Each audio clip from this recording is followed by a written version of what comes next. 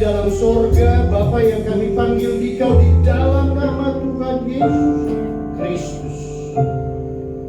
Pada minggu pagi hari ini kami mengucap syukur. Engkau sungguh dahsyat, ajaib dan luar biasa. Janjimu ya dan amin, penyertaanmu ya dan amin. Sehingga saat ini Engkau berikan kami kekuatan, kesehatan, nafas hidup untuk bersyukur kepadamu. Karena janjimu, 2-3 orang berkumpul, di situ Engkau hadir. Dan Engkau hadir saat ini, memberi penguatan kepada kami, menyertai kami, dan urapi hamba-Mu supaya firman yang dibentangkan menyenangkan hatimu. Terlebih khusus, semuanya ini menjadi hormat kepujian nama-Mu. Terima kasih Bapa, terima kasih Tuhan Yesus, terima kasih Roh Kudus. Kami mengucap syukur dalam segala hal, dan diberkatilah semua kami yang mendengarkan firman-Mu. Dalam nama Tuhan Yesus Kristus. Haleluya. Amin. Shalom. Shalom. Ya, silakan duduk Bapak Ibu, saudara-saudara sekalian.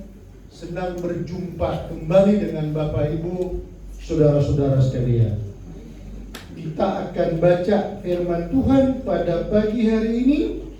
Terdapat dalam Matius 6 ayat 7 sampai dengan 8. Nah, untuk menghormati firman Tuhan, kita sama-sama berdiri. Kita baca firman Tuhan dari Matius 6 ayat 7 sampai dengan 8. Sama-sama kita berdiri, kita hormati firman Tuhan. Demikianlah firman Tuhan. Lagi pula dalam doamu itu, janganlah kamu bertele-tele seperti kebiasaan orang yang tidak mengenal Allah. Mereka menyangka bahwa banyaknya kata-kata doanya akan dikabulkan. Jadi, janganlah kamu seperti mereka, karena Bapamu mengetahui apa yang kamu perlukan sebelum kamu minta kepadanya. Sampai di sana pembacaan Alkitab, silakan dulu. Tema khotbah saya pada pagi hari ini, saya beri judul Perbaiki Mezbah Doa Kita melalui pergumulan dan kata-kata yang membangun. Saya lebih sering berkhotbah di sini, Bapak Ibu. Nah, perbaiki mezbah doa kita dalam hubungan dengan Tuhan.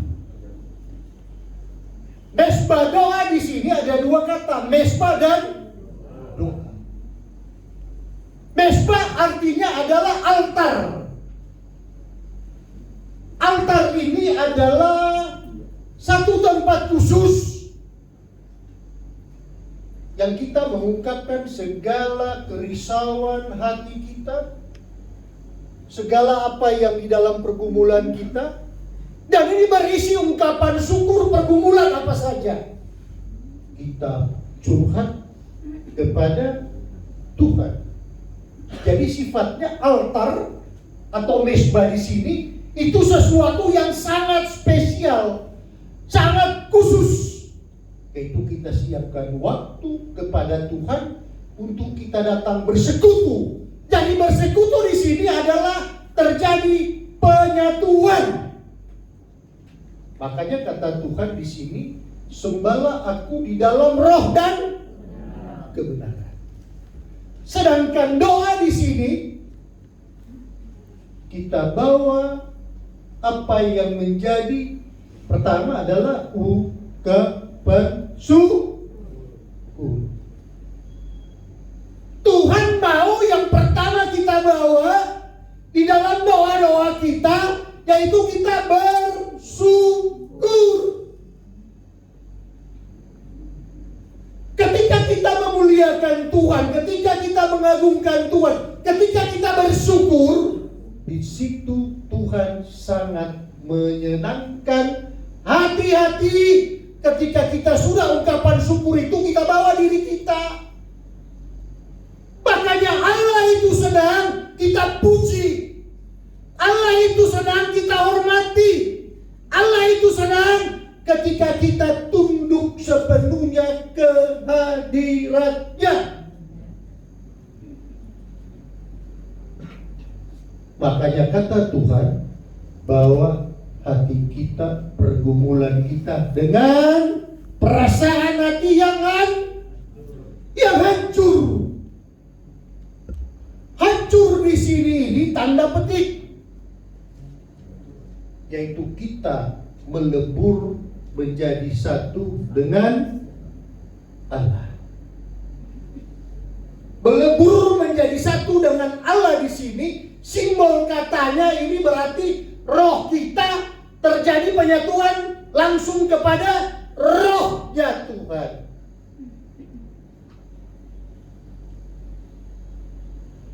Ini mesbah doa. Katanya di sini bahasa Ibrani-nya tefillah. Tefillah itu perkataan kita, roh kita terikat langsung kepada Allah.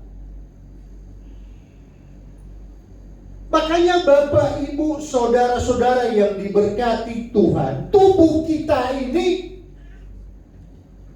hanya terbuat dari debu tanah. Ketika proses penciptaan kepada Adam dan Hawa di situ, khususnya manusia yang pertama adalah Adam, maka Allah mengembuskan yang namanya rohula. Rohula artinya adalah roh kehidupan daripada Allah. Makanya manusia itu menjadi hidup. Makanya tubuh raja ini hanyalah bersifat mati tanpa roh Allah.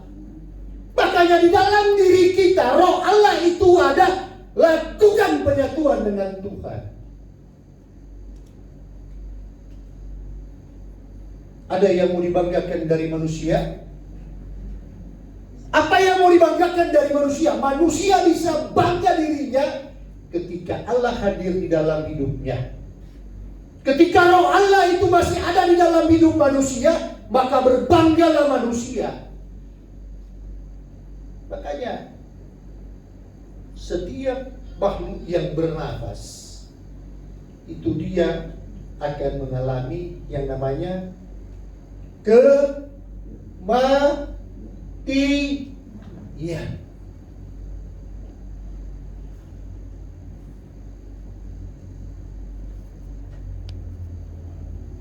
Oleh dan karenanya, sepanjang Tuhan berikan nafas hidup kepada kita, tidak ada alasan bagi kita untuk tidak memuji, memuliakan namanya. Makanya kalau mau curhat kepada Tuhan. Jangan kita posting mau di FB atau Instagram, oh Tuhan tolong aku, 6 tanda menangis di situ. Tapi kita joget-joget terus jalan. Ini bukan curhat kepada Tuhan, tapi bawa pergumulan kita kepada Tuhan. Di mana kita lemah ketika kita berada dengan Tuhan, maka kita menjadi kuat. Makanya bangun mesbah doa kita dengan Allah. Bangun mesbah doa kita dengan Tuhan. Nah, kunci pokok di dalam mesbah doa kita kepada Tuhan, maka yang pertama yaitu kita dituntut untuk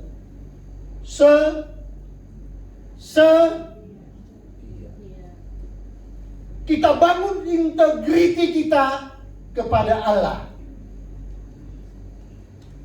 Makanya ada kata-kata filosofi bunyinya begini. Kalau melihat seseorang itu, maka pegang 2 hal dari orang itu. Yaitu yang pertama, bisa dipercaya dan bisa diandalkan. Bisa diandalkan dan bisa dipercaya. Apa artinya seseorang itu bisa dipercaya dan bisa diandalkan? Apa artinya seseorang itu bisa diandalkan dan bisa dipercaya? Makanya kata kunci yang pertama yaitu integriti, kepercayaan, kesetiaan, trust di sana ada. Allah ingin itu kita jujur di hadapan Allah. Di hadapan manusia boleh kau bersandiwara, tapi jangan kepada Tuhan. Nah, artinya apa? Tuhan pingin hati yang hancur. Tuhan pingin apa sih pergumulan Bapak Ibu? Apa sih pergumulan saya? Apa sih pergumulan satu persatu kita? Tuhan pingin kita ada trust. Tuhan pingin kita ada keterbukaan bersama Tuhan. Supaya Tuhan mau menjawab doa-doa kita. Pada waktu, siapa pernah dengar nama dari pendeta Billy Graham? Angkat tangan. Pendeta Billy Graham. Bapak Ibu, nah, pendeta Billy Graham ini, dia adalah pendeta di Amerika. Dia ingin membangun trust, dia mau ingin bangun kesetiaan bersama Tuhan. Maka dia selalu berpesan kepada asistennya, kepada orang kepercayaannya, bahwa ketika dia masuk di dalam kamar doa, maka di sana jangan pernah dia diganggu. Jangan pernah diketuk pintu kamar doanya. Satu ketika masuklah pendeta Billy Graham ini di dalam ruang doanya. Dan dia selalu berpesan kepada asistennya, jangan ganggu aku ketika aku berada di dalam ruang doa. Maka berdoalah pendeta Billy Graham ini. Tiba-tiba sementara pendeta Billy Graham berdoa, diketuk pintu kamar doanya dengan keras oleh asistennya ini. Tuan Billy Graham, Tuan Billy Graham, Tuan Billy Graham. Tidak ada jawaban dari dalam. Berkali-kali diketuk. Terganggulah pendeta Billy Graham ini. Maka keluar dia dari dalam ruangan doanya. Dia membentak, kenapa engkau mengganggu saya? Saya udah berpesan jangan sekali-kali ganggu saya ketika saya berada di dalam ruangan doa. Tapi ini lain, Tuan Billy Graham. Ada telepon. Saya sudah berpesan saya tidak mau pusing siapapun yang telepon. Tapi ini lain, Tuan Billy Graham. Ini orang yang paling berkuasa di Amerika. Yang telepon adalah Presiden Amerika. Tuan Billy Graham.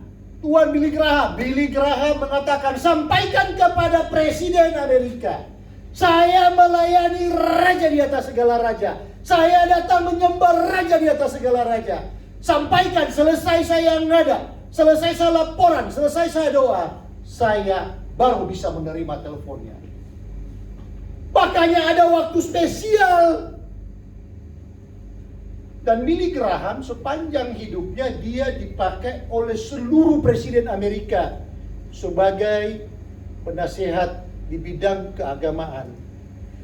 Katakanlah penasihat spiritualnya, pendoa yang luar biasa diurapi Tuhan. Maka Bapak Ibu, yang pertama integriti.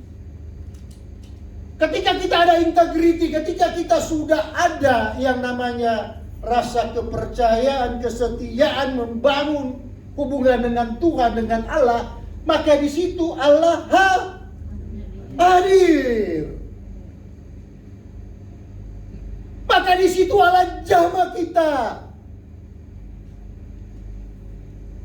Siapa di dunia ini yang tidak ada problem, tidak ada pergumulan, tidak ada kata-kata yang sifatnya lemah di dalam hidupnya, dia sebagai robot saja kuat.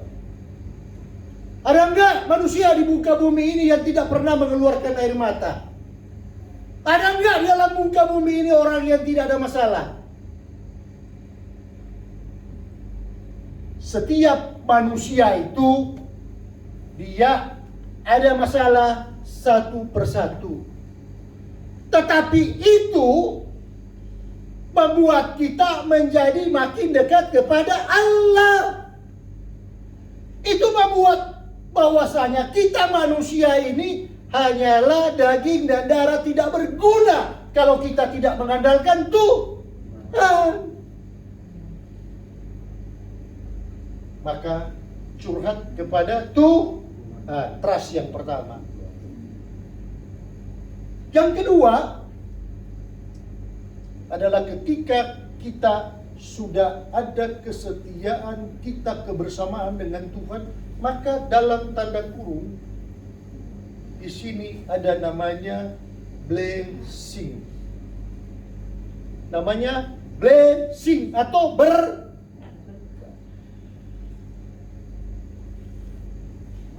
itu bukan cuma hepeng, bukan cuma doi, bukan cuma peng, bukan cuma piti. Tapi ketika kita datang hari ini bersekutu kepada Tuhan, kita bangun dengan nafas hidup, itu namanya berkat. Kita minta Tuhan berikan kekuatan. Kita minta Tuhan berikan berkat dalam hidup kita. Kita tunggu-tunggu jawab doa Tuhan. Jawab doaku Tuhan, jawab doaku. Kapan akan dijawab? Tapi setiap hari kita mengalami yang namanya kekuatan, nafas hidup. Ada makan kita ditanggung Tuhan. Ada apa yang kita perlukan Tuhan siapkan dalam hidup kita. Itu berkat bukan? Halo? Itu berkat bukan? Makanya di sini doa untuk mencari yang namanya berkat Tuhan itu ada dua prinsipnya. Ada doa yang dijawab pada saat kita bergumul, dan ada doa yang dijawab ketika kita harus melewati proses.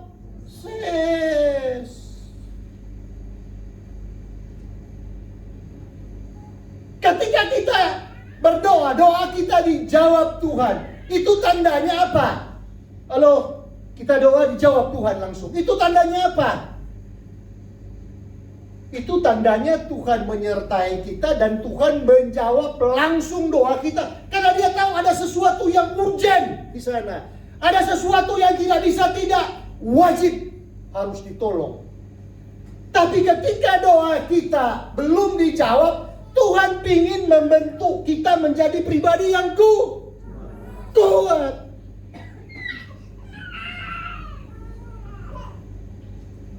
Ada doa yang tidak dijawab pada saat itu, tapi besar kuasanya. Berapa kali Tuhan Yesus berdoa di Taman Eden? Halo? Berapa kali minta agar supaya pencobaan ini lewat? Dijawab enggak? Ada doa yang tidak dijawab pada saat itu, tetapi besar mujizatnya, besar kuasanya.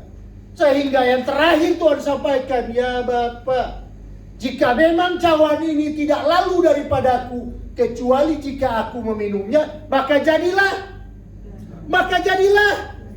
kehendak. Ini doa yang tidak dijawab tapi besar kuasanya. Itu artinya doa ini dijawab, cuma filosofinya demikian. Jadi untuk mendapatkan blessing wajib harus kita setia dulu. Nah, saya akan berikan satu ilustrasi juga. Pernah dengar enggak? Panglima besar Prancis namanya Napoleon Bonaparte. Dari SD sudah ada diceritain. Dari SMP, SMA, apalagi mahasiswa. Pernah dengar enggak? Saya kasih tahu. Napoleon Bonaparte adalah panglima perang Prancis.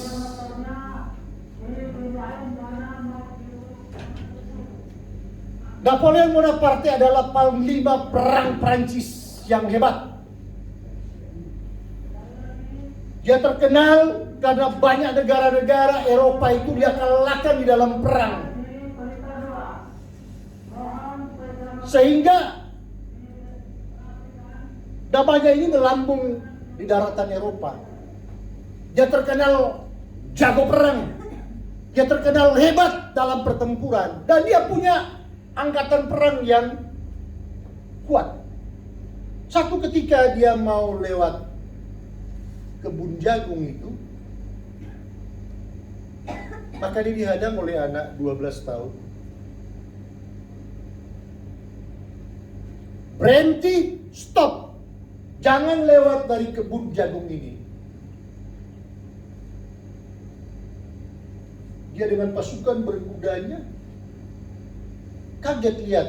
Feeling sebagai tentara ini adalah jebakan. Maka semuanya mengambil posisi standby, jangan-jangan ada jebakan. Maka sesuai dengan perintah Napoleon Bonaparte, turunlah perwira paling senior dari atas kuda dan dia mendekati anak kecil ini. Dia bertanya, "Nak, apakah engkau mendengar nama dari Napoleon Bonaparte?" "Saya mendengar. Dia adalah panglima perang yang hebat." "Apakah engkau pernah bertemu dengan Napoleon Bonaparte?" "Saya belum pernah bertemu dengan Napoleon Bonaparte."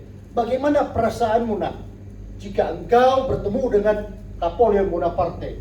"Saya akan memberi hormat kepada Napoleon Bonaparte." Kamu tahu enggak, di atas kuda itu Napoleon Bonaparte.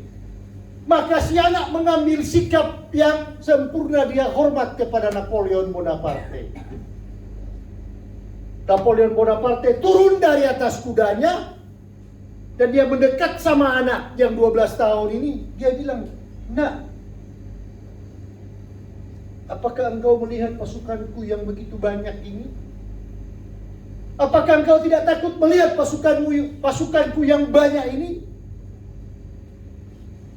Si anak bilang, "Saya diperintah oleh ayah saya diperintah oleh bapak saya. Siapapun tidak bisa masuk dari kebun jagung ini." "Mana bapakmu?" "Bapak saya ada di bawah. Bapak saya lagi ngambil air di bawah." "Apakah engkau tidak takut melihat begitu banyak pasukanku yang siap?" "Saya lebih menghargai ayah saya. Saya lebih menghargai papa saya. Karena perintahnya wajib saya turuti." Di sini pasukan dari Napoleon Bonaparte dan Napoleon Bonaparte belajar arti kesetiaan sama anak 12 tahun ini. Setia hingga akhir dalam keyakinan. Maka Tuhan tuntut pertama di sini dengan cerita ini, ilustrasi di sini adalah kesetiaan. Mau doa-doa apapun, pergumulan apapun yang kita bawa di hadapan Tuhan, jika kita tidak setia, maka jangan harap yang namanya miracle. Jangan harap yang namanya mujizat.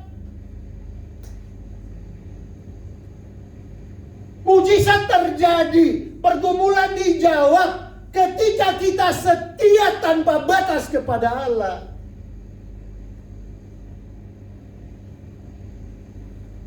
Makanya yang pertama itu hati yang hancur kita datang kepada Tuhan. Kita bawa pergumulan kita dan kita hidup setia. Saya berkhotbah ini kepada Bapak Ibu. Saya seorang lawyer, Bapak Ibu. Saya seorang advokat, istri saya advokat, anak saya calon advokat. Sekarang sementara ambil S2 di Magister Ilmu Hukum Trisakti.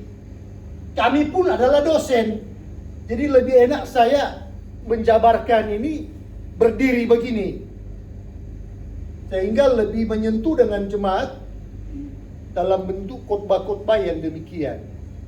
Sehingga Bapak Ibu, penjabaran-penjabaran yang disampaikan dalam khotbah-khotbah ini, khotbah-khotbah saya kepada Bapak Ibu, tujuannya ini bukan bagi diri pribadi saya saja, tapi sama-sama kita akan belajar dari khotbah ini, koreksi bagi saya, koreksi bagi kita semua, agar supaya carilah dahulu kerajaan Allah dan kebenarannya, maka semuanya akan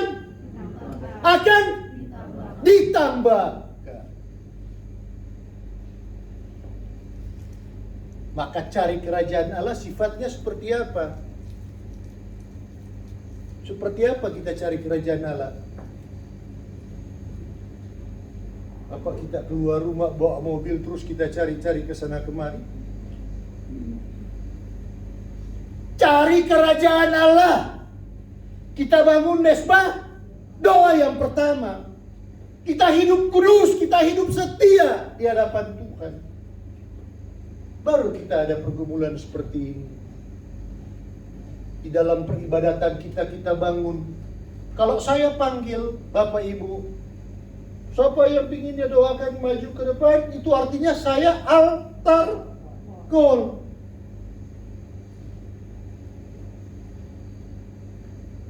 Nah, prinsip yang ketiga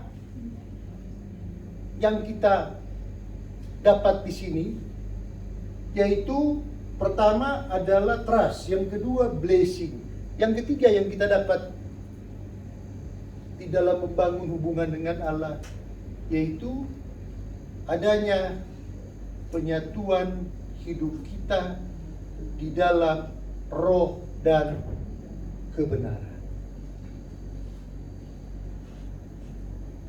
Makanya jangan pernah ukur kuasa Allah yang tidak terbatas dengan pikiran kita yang terbatas. Tugas kita berdoa. Tugas kita ora et labora. Berdoa dan bekerja, tugas kita. Tugas kita adalah menabur. Rahasia menumbuhkan dan berbuah itu adalah hak Tuhan. Tugas kita adalah menabur. Tapi ketika kita masuk ke fase dia bertumbuh dan berbuah, itu adalah hak Allah. Maka jangan doa terus tanpa berupaya. Jangan berupaya terus tanpa doa. Makanya ut omnes unum sit in Jesus. Ada penyatuan roh kita dengan roh Allah. Hendaklah kita menjadi satu di dalam Yesus.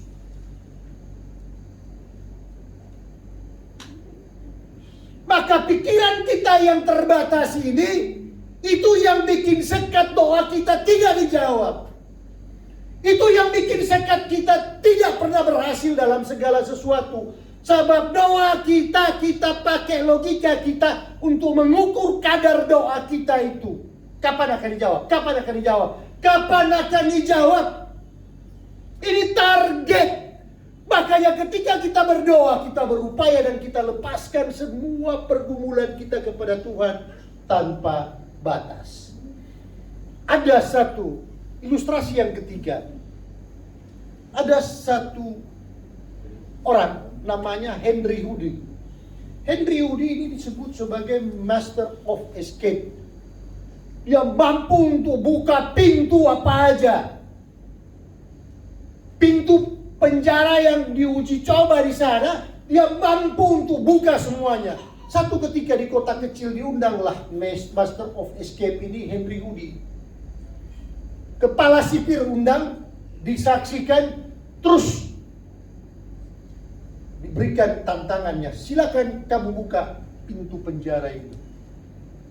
Maka dengan alat yang dia miliki, dia buka pintu penjara ini. 1 jam, 2 jam, 3 jam, nyerah dia. Dia tidak mampu membuka pintu penjara ini. Ternyata pintu penjara ini tidak dikunci.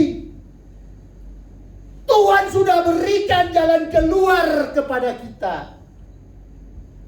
Tuhan sudah berikan blessing kepada kita. Tuhan sudah jawab doa-doa kita di dalam pergumulan kita. Tetapi pikiran kita yang tertutup. Makanya jangan pernah ukur kuasa Allah yang tidak terbatas dengan pikiran kita yang terbatas. Ini doa kita. Ini pergumulan kita semua. Tuhan memberkati Bapak Ibu, memberkati kami suami istri, anak-anak kami yang hadir saat ini, anak sulung kami Satria Paparan, anak bungsu kami SMA kelas 1 di SMA BPK Penabur Kelapa Gading. Ini doa dari kami, harapan dari kami. Tuhan memberkati kita semua hari ini, besok, sampai Maranatha. Beri kemuliaan untuk Tuhan. Terima kasih Bapa dalam sorga, Tuhan Yesus Kristus dan Roh Kudus, hamba-Mu Kau berikan hikmat sorgawi untuk menyampaikan kabar sukacita kepada jemaat-Mu.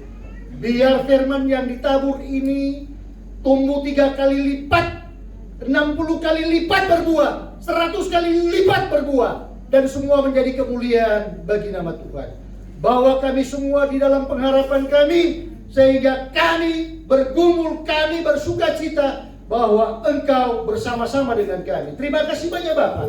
Terima kasih banyak Tuhan Yesus dan Roh Kudus.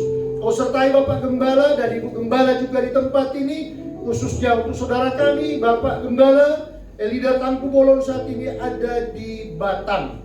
Tuhan sertai dalam pelayanannya beliau, sehingga kemuliaan Tuhan semakin nampak dalam pelayanan Bapak dan Ibu Gembala di tempat ini. Terima kasih banyak Bapak.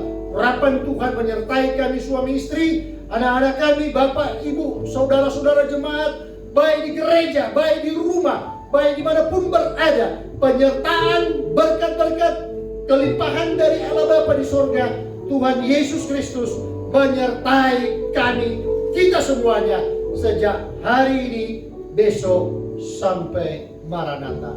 Haleluya. Amin. Beri kemuliaan untuk Tuhan.